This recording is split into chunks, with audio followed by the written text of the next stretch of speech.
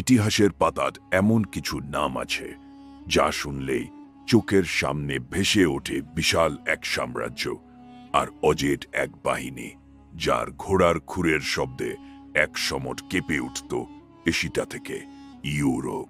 তিনি আর কেউ নন, স্বয়ং চেঙ্গিস খান।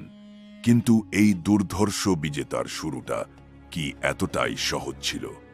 আজ আমরা জানব এক নিঃস্ব বালক তেমুজিনের চেঙ্গিস খান হতে ওঠার অবিশ্বাস্য ইতিহাস।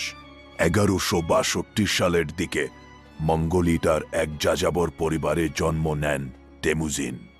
মাত্র 9 বছর বয়সে তার পিতাকে শত্রু গোত্র বিষপ্রটকে হত্যা করে। নিজের গোত্র থেকে বিতাড়িত হতে চরম দারিদ্র্য আর ক্ষুধার মধ্যে কাটে তার শৈশব। এমনকি এক সময় তেমুজিনকে দাস হিসেবে বন্দীও হতে হতেছিল।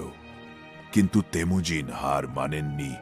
বন্দিদশা থেকে পালিয়ে তিনি নিজের অসামান্য বুদ্ধিমত্তা দিতে ছোট ছোট মঙ্গল উপজাতিগুলোকে একত্রিত করতে শুরু করেন।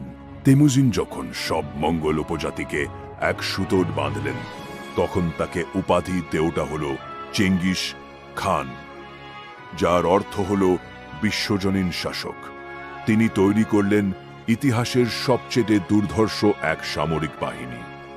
তার যুদ্ধ কৌশল ছিল সমটের চেয়ে অনেক এগিয়ে। মঙ্গল যোদ্ধারা ঘোজাট চোজে নিখুঁতভাবে তীর চালানোর এতটাই দক্ষ ছিল যে শত্রুরা পালানোর পথও খুঁজে পেত না। চীন থেকে শুরু করে পারস্য পর্যন্ত একে একে সব বদ সাম্রাজ্য মঙ্গলদের পদানত হতে শুরু করে। চেঙ্গিস খানকে অনেকেই কেবল নিষ্ঠুর বিজেতা মনে করেন, কিন্তু তিনি ছিলেন একজন বিচক্ষণ প্রশাসক। তিনি প্রবর্তন করেছিলেন ইটাসা নামক এক কঠোর আইন ব্যবস্থা। তার সাম্রাজ্যে সব ধর্মের মানুষের পূর্ণ স্বাধীনতা ছিল।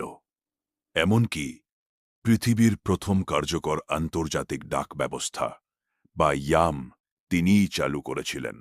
তার শাসনের ফলে সিল্ক রোড হটে উঠেছিল নিরাপদ, যা পূর্ব ও পশ্চিমের মধ্যে ব্যবসা বাণিজ্যে এক নতুন বিপ্লব এনেছিল।